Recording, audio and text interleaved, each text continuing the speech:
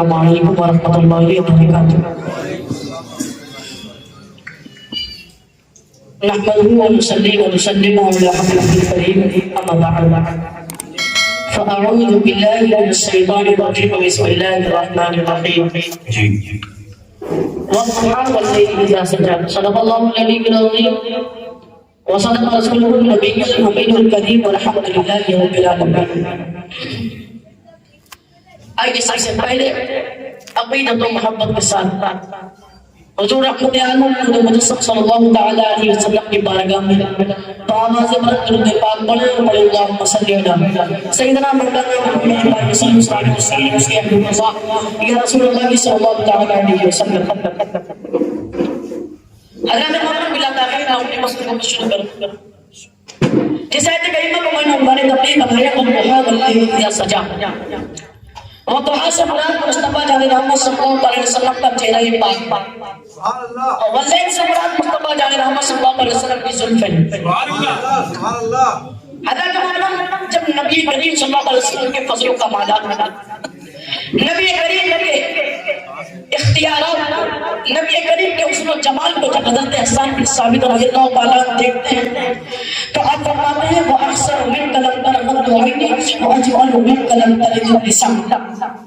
یا رسول اللہ میری آنکھوں نے آپ جیسا حسین و جمیل آپ جیسا خوبصورت کہیں نہیں دیکھا، اور میری آنکھ دیکھتی بھی کیسے کہ جب کسی ماں نے آپ جیسا حسین و جمیل بیٹا پیدا ہی نہیں، میری آنکھ دیکھتی بھی کیسے۔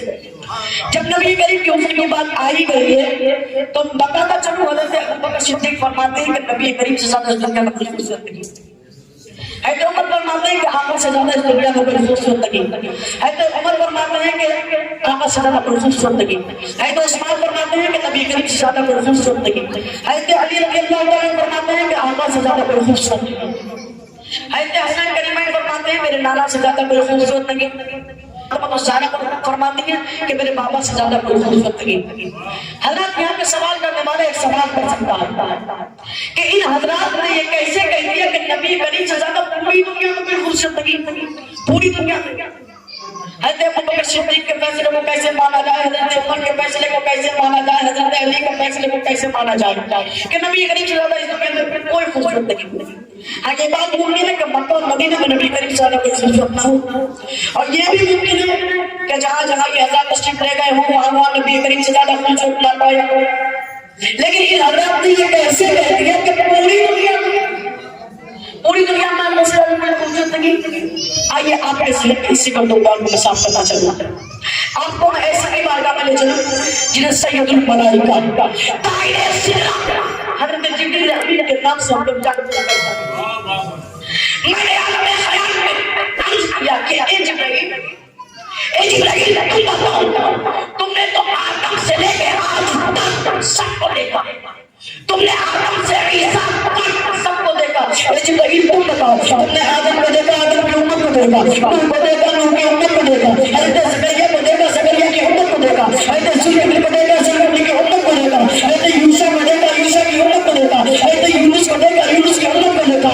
اے جبریل تم بتاؤ تم نے تو آدم کی توبہ کو قبول ہے تم کو دیکھا، اے جبریل تم بتاؤ تم نے تو نوح کی کشتی کو دیکھا، اے جبریل تم بتاؤ تم نے تو حضرت ابراہیم کو آگ میں جلتے ہوئے دیکھا، اے جبریل تم بتاؤ تم نے تو حضرت اسماعیل کی گردن میں چھری چلتے ہوئے دیکھا، اے جبریل تم بتاؤ تم نے تو حضرت موسیٰ کو رب سے کلام کرتے ہوئے دیکھا، اے جبریل تم بتاؤ تم نے سب کچھ دیکھا، کیا کسی کو میرے آواز سے زیادہ خوبصورت پایا؟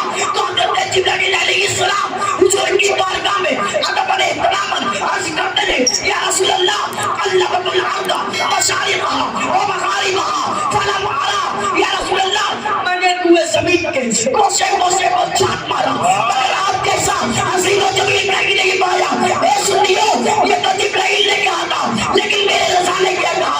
رضا فرماتے ہیں یہی بولے سجدہ والے جمالے جہاں کے تالے سبھی مائل جان ڈالے تیرے پائے کا نہ پایا۔ نعرہ تکبیر، نعرہ رسالت، جشن قرآن پاک، بیران شہری، دارالعلوم شہریہ، واہ واہ واہ واہ واہ، نبی کریم سے بہت اچھے بہت اچھے کہ میرے مولا نے میرے رب نے میرے آقا کو اتنا خوبصورت بنایا، اتنا ہینڈسم بنایا کہ جب دنیا والے دیکھے تو میں نے کہا جب کرنے والے آمنہ کے لال کا یہ عالم ہے تو بنانے والے ذوالجلال کا عالم کیا ہوگا؟ کیا ہوگا؟ واہ واہ واہ واہ واہ۔ بننے والے آمنہ کے لال کا یہ عالم ہے تو بنانے والے ذوالجلال کا عالم کیا ہوگا؟ آئیے حضرات اب حضور کی تعریف قرآن سے سنیں۔ اے قرآن تو میرے آقا کے اوپر کرنے والا کلام ہے، اپنے کلام سے میرے آقا کی تعریف ہی تو کر۔ تو بتا کہ میرے آقا دکھتے کیسے کرے؟ میں نے قرآن سے پوچھا قرآن آقا کا چہرہ بتا، قرآن کا بائے وقت ہوا، میں نے پوچھا قرآن آقا کی سنفر بتا، قرآن کا بائے وقت عیزہ سجا، میں نے پوچھا قرآن آقا کی نظر بتا، قرآن کا بائے وما زیادہ تصور وما تبا، میں نے پوچھا قرآن آقا کا سینہ بتا، قرآن کا بائے علم نشرح لک صدر، میں نے پوچھا قرآن آقا کا ذکر بتا، قرآن کا بائے ورفعنا لک ذکرک، میں نے پوچھا قرآن آقا کی نبوت بتا، قرآن کا بائے یا ایھا النبی، میں نے پوچھا قرآن آقا کی رسالت بتا، قرآن کا بائے یا ایھا الرسول، میں نے پوچھا آقا کا زمانہ بتا، قرآن کا بائے والعصر، میں نے پوچھا قرآن آقا کا شہر تو بتا، قرآن کا بائے لا اقسم بہذا البلد وانت حل بہذا البلد۔ اے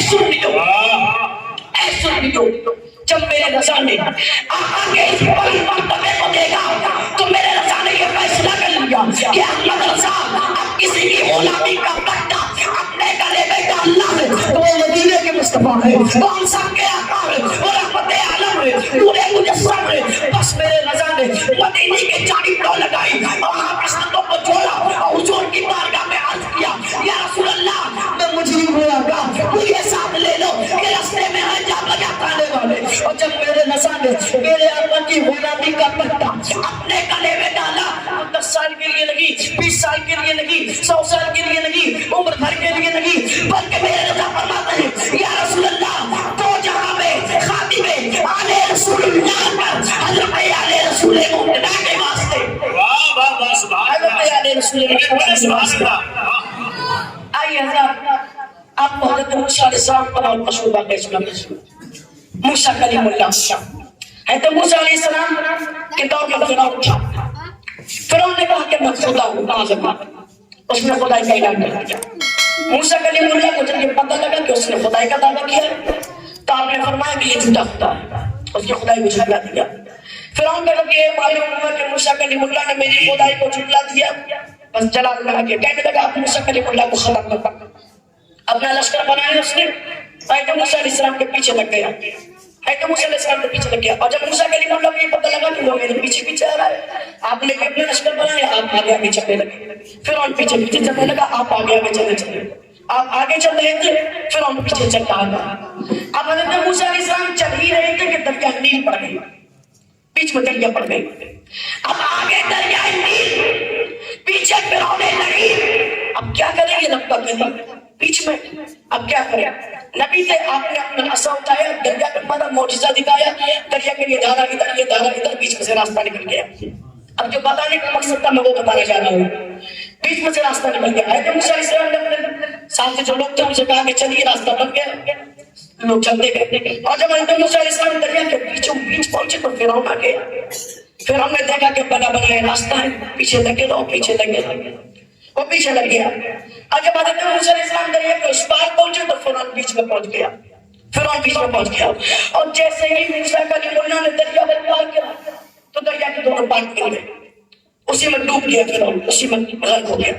لیکن ذرا شہر میں رہتے ہوئے ایک بات بتاؤ کہ دریا کے ان بے جان پتھروں کو، پانی کی بوندوں کو، پانی کی لہروں کو، جن میں نہ عقل ہے نہ سمجھ ہے نہ جان ہے نہ پہچان ہے، یہی نے کس نے بتا دیا کہ ابھی نہ ملو کلیم اللہ جا رہا ہے، ابھی نہ ملو رسول اللہ جا رہا ہے، ابھی نہ ملو نبی اللہ جا رہا ہے۔ اور جب حضرت موسیٰ کلیم اللہ گزر گئے تو دوبارہ ان بے جان پتھروں کو یہ کس نے بتا دیا کہ اب مل جاؤ، فرعون جا رہا ہے، اب مل جاؤ، غدار جا رہا ہے، اب مل جاؤ، منکر کریم جا رہا ہے۔ یعنی دریا کے بے جان قطرے ان میں جان نہیں ہے لیکن پہچان ہے، جان نہیں ہے لیکن پہچان ہے۔ ارے وہ نبی اور کافر کے قدموں کا فرق جانے، اور یہ مولوی بخاری تک مر گیا لیکن نبی اور امتی کا فرق نہ جان سکا، نبی اور غلام نبی کا فرق نہ جان سکا۔ وہ بے جان قطرے فرق تک جان گئے اور یہ بخاری تک پڑھ گئے لیکن نبی اور امتی کا فرق نہ جان سکے, نبی اور غلام نبی کا فرق نہ جان سکے. آئیے حضرات, آج کل کے دور میں کچھ نااہل کہتے ہیں کہ وہ مذاق پر اللہ کو چڑھاتے ہیں, مذاق پر اللہ کو چڑھاتے ہیں, اور وہ کچھ نااہل ایسے ہیں میں ان کا نام نہیں لینا چاہتا کیونکہ ان کا نام لینے سے میرے منہ کا وضو خراب ہو جائے گا, میں ان کا نام نہیں لینا چاہتا. بس میں آپ کو بات بتا دیتا ہوں کہ کہتے ہیں کہ مذاق پر اللہ کو چڑھاتے ہیں, مذاق پر اللہ کو چڑھاتے ہیں. کہتے ہیں کہ تم نے شہداء کربلا کی قربت پر اللہ کو چڑھایا, تم نے غوث اعظم عبد القادر جیلانی کے مزار پر غلاف کو چڑھایا, تم نے غریب نواز کے مزار پر غلاف کو چڑھایا, تم نے اچھے کیا کے مزار پر غلاف کو چڑھایا. اب تانا مارتے سردی لگتی ہے کیا؟ کہتے سردی لگتی ہے کہ تم غلاف چڑھاتے ہو مزار پر؟ آئیے اس کے ہوتی ہے, اس کا میرے پاس ایک جواب ہے, کہو تو بتا دو. بتاؤ تو تھوڑا بیداری کے ساتھ سنو. وہ لوگ آپ سے کہیں کہ تم مزار پہ غلاف کیوں چڑھاتے ہو, تو تم ان سے کہو کہ اچھا تم بتاؤ تم نے کعبۃ اللہ پہ غلاف کیوں چڑھایا؟ کہ کعبے کی دیواروں پر سردی لگتی ہے, تم نے کعبے پہ غلاف کیوں چڑھایا؟ تو ہو سکتا ہے کہ پکڑی گلی سے نکلنے اور یہ کہتے ہیں کہ میں نہیں چڑھاتا, وہ سعودی حکومت چڑھاتی ہے, میں نے غلاف پر چڑھایا. تو پھر جاؤ اس کے گھر میں اور اس کے گھر سے قرآن کو نکالو اور پھر پوچھو کہ آپ بتا کہ تم نے قرآن پہ غلاف کیوں چڑھایا, قرآن پہ غلاف کیوں چڑھایا؟ کہ قرآن کے ورق کو, قرآن کے ٹائٹل کو, قرآن کے پیج کو سردی لگتی ہے, تو نے قرآن پہ غلاف کیوں چڑھایا؟ اب وہ تو پھنس گیا, وہ کیا جواب دے گا؟ وہ تو پھنس گیا, وہ تو بس چڑھانا جانتے ہیں. اور مذاق پہ غلاف تو ہم کیوں چڑھاتے, سب کی توجہ چاہوں گا, وہ تو بس چڑھانا جانتے ہیں. مذاق پہ غلاف تو ہم چڑھاتے ہیں, وہ چڑھانا جانتے ہیں, ہم چڑھانا جانتے ہیں. اور پہلی والوں کو پتا ہے کہ چڑھانے میں زیر ہے, چڑھانے میں سوال, وہ زیر ہے اور ہم سوال, وہ زیر ہے اور ہم سوال.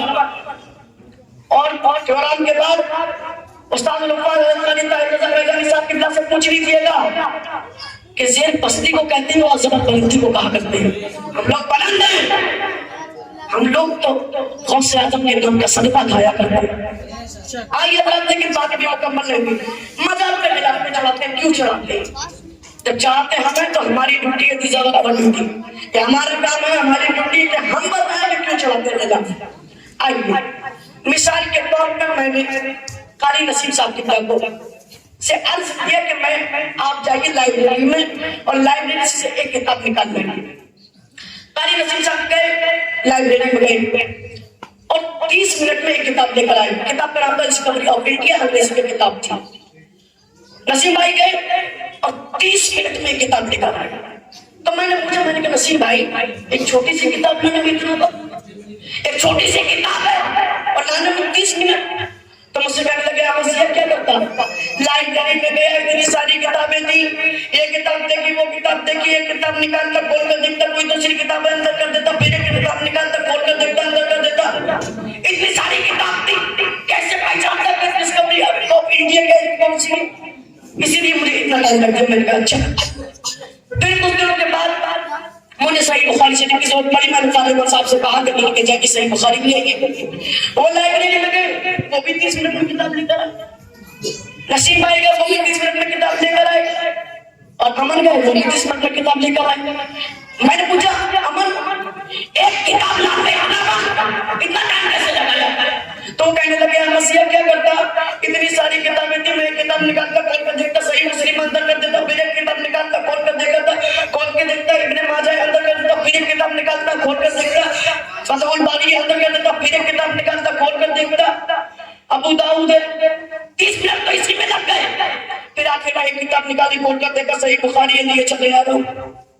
نسیم بھائی گئے 30 منٹ میں کتاب لے کر آئے. امن گیا 30 منٹ میں کتاب لے کر آئے. اور پھر اسی لائبریری میں ایک شخص گیا قرآن لینے, کہہ دو سبحان اللہ, قرآن لینے گیا. اب وہ 5 منٹ میں قرآن لے کے آ گیا. سبحان اللہ, وہ 5 منٹ میں قرآن لے کے آ گیا. میں نے پوچھا بھائی اتنی جلدی قرآن کیسے لے آئے؟ اسی لائبریری میں جب امن گیا تب 30 منٹ میں لوٹ کے آیا, اسی لائبریری میں جب نسیم گیا تب 30 منٹ میں لوٹ کے آیا, اور تم 5 منٹ میں لے آئے. تو کہنے لگے ان لوگوں کی طرح مجھے مدد پرد کرنے کی ضرورت نہیں تھی, ان لوگوں کی طرح مجھے کتابیں کھول کر بند کرنے کی ضرورت نہیں تھی. میں لائبریری میں گیا, الماری کھولی, جہاں پہ خلاف دیکھا لیے چلے آ رہا ہوں, جہاں خلاف دیکھا لیے چلے آ رہا ہوں. تو آپ سمجھ میں آیا, میں جملہ دے رہا ہوں تاکہ بات واضح ہو جائے. ایک کعبہ ہے اور ایک کعبہ تو کعبہ بھی ہے, قبلہ بھی ہے, اسرا بعبده ليلا من المسجد الحرام الى المسجد الاقصى. ایک کعبہ تو مسجد ہے اور دنیا میں تجھے دوسری مسجد کے ساتھ رہنا ہے. کہیں ساتھ رہنے کی وجہ سے تجھے دوسروں کے برابر نہ سمجھا جائے تو کعبۃ اللہ میں خلاف جلاؤ. اور اے قرآن تجھے دنیا میں مخلوق کی کتابوں کے ساتھ رہنا ہے. کہیں ساتھ رہنے کی وجہ سے تجھے دوسری کتابوں کے برابر نہ سمجھا جائے تو کتاب اللہ میں خلاف جلاؤ.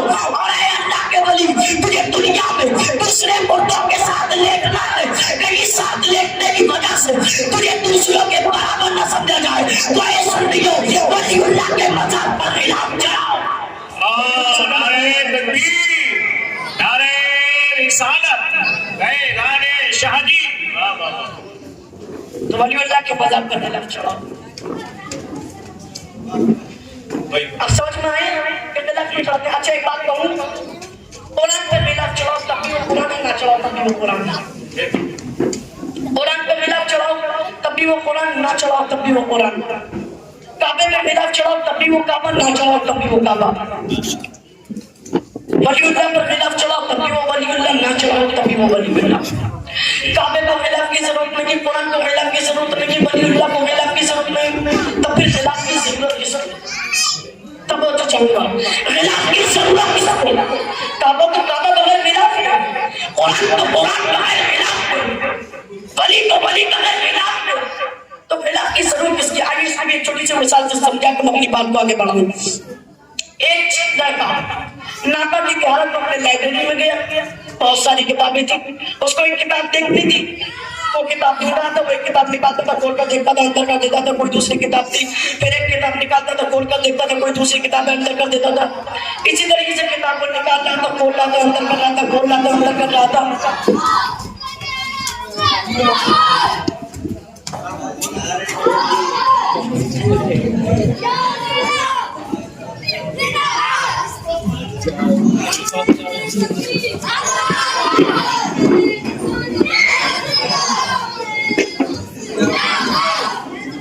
قرآن پہ خلاف چڑھاؤ تب بھی وہ قرآن ہے، نہ چڑھاؤ تب بھی وہ قرآن ہے. کعبۃ اللہ پہ خلاف چڑھاؤ تب بھی وہ کعبۃ اللہ ہے، نہ چڑھاؤ تب بھی وہ کعبۃ اللہ ہے. ولی اللہ پر خلاف چڑھاؤ تب بھی وہ ولی اللہ ہے، نہ چڑھاؤ تب بھی وہ ولی اللہ ہے. کعبے کو خلاف کی ضرورت نہیں، قرآن کو خلاف کی ضرورت نہیں، ولی اللہ کو خلاف کی ضرورت نہیں.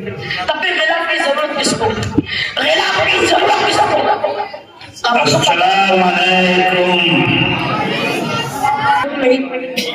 تب پھر ضرورت کس کو؟ ولی اللہ کو بھی خلاف کی ضرورت نہیں، تب پھر خلاف کی ضرورت کس کو؟ آئیے اس کو ایک مثال سے سمجھاؤں. ایک لڑکا ناپاکی کی حالت میں اپنے لائبریری میں گیا، اس کو کتاب کی ضرورت تھی. وہ ایک کتاب نکالتا تھا، کھول کر دیکھتا تھا، اندر کر دیتا تھا. پھر ایک کتاب نکالتا تھا، کھول کر دیکھتا تھا، اندر کر دیتا تھا. اپنی انگلیوں سے کتاب کو چھوتے ہوئے جا رہا تھا، ایسے کر رہا تھا. اب اچانک اس کے ہاتھ میں ایک کتاب آئی، کھول کر دیکھتا تو صفحے میں لکھا تھا لا یمسہ الا المطہرون. اس کو صرف آپ لوگ چھوتے بس تھر تھر تھر کانپنے لگا، کیونکہ وہ کوئی دوسری قرآن کتاب نہیں تھی بلکہ وہ قرآن تھا. اور ناپاکی کی حالت میں چھو لیا. دوڑتے ہوئے اپنے ابا کے پاس گیا. اپنے ابا کے پاس جانے کے بعد کہنے لگا ابا آپ نے میری لائبریری میں قرآن رکھا، اچھا کیا، لیکن آپ نے قرآن پہ خلاف کیوں نہیں چڑھایا؟ ابا آپ نے قرآن پہ خلاف کیوں نہیں چڑھایا؟ باپ نے پوچھا بیٹا کیا قرآن کو خلاف کی ضرورت ہے؟ کیا قرآن کو خلاف کی ضرورت ہے؟ تو لڑکا کہنے لگا نہیں ابا قرآن کو خلاف کی ضرورت نہیں ہے، بلکہ ہم ناپاکوں کو، ہم غیر قادروں کو، ہم غیر طیبوں کو، ہم ناپاک لڑکوں کو خلاف کی ضرورت ہے. باپ نے پوچھا کیسے؟ ابا جب میری انگلیاں کتابوں کو چھو رہی تھی، سب کی توجہ ہے نا کہ جب میری انگلی کتابوں کو چھو رہی تھی، کتابیں چھو رہی تھی، اگر قرآن پر خلاف ہوتا تو میری ناپاک انگلی خلاف دیکھ کے کترا جاتی، میری ناپاک انگلی خلاف دیکھ کے کترا جاتی. اس کے ایک جملے پہ غور کیجیے گا کہ اگر قرآن پہ خلاف ہوتا تو میری ناپاک انگلی خلاف دیکھ کے کترا جاتی. تو کہنے لگا ابا اب خلاف لگایا کیجیے تاکہ جو باوضو پاک ہو وہ نیچ ہوئے اور جو ناپاک ہو خلاف دیکھ کے کترا جائے. اور اب ایک سن لیو، بحری میں اچھے میاں کے مذاق پہ خلاف ہے تو ہم صرف خلاف نہ دیکھو بلکہ لوگوں کو دیکھو کہ کتنے لوگ چومتے ہیں اور کتنے کتراتے ہیں. اور جو چوم کے آنکھوں سے لگا لے اسے پاک سمجھنا، اور جو خلاف دیکھ کے کترا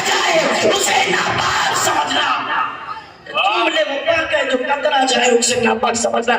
آئیے میں گفتگو کو اسی پر ختم کرتا ہوں. ہمارے السلام علیکم.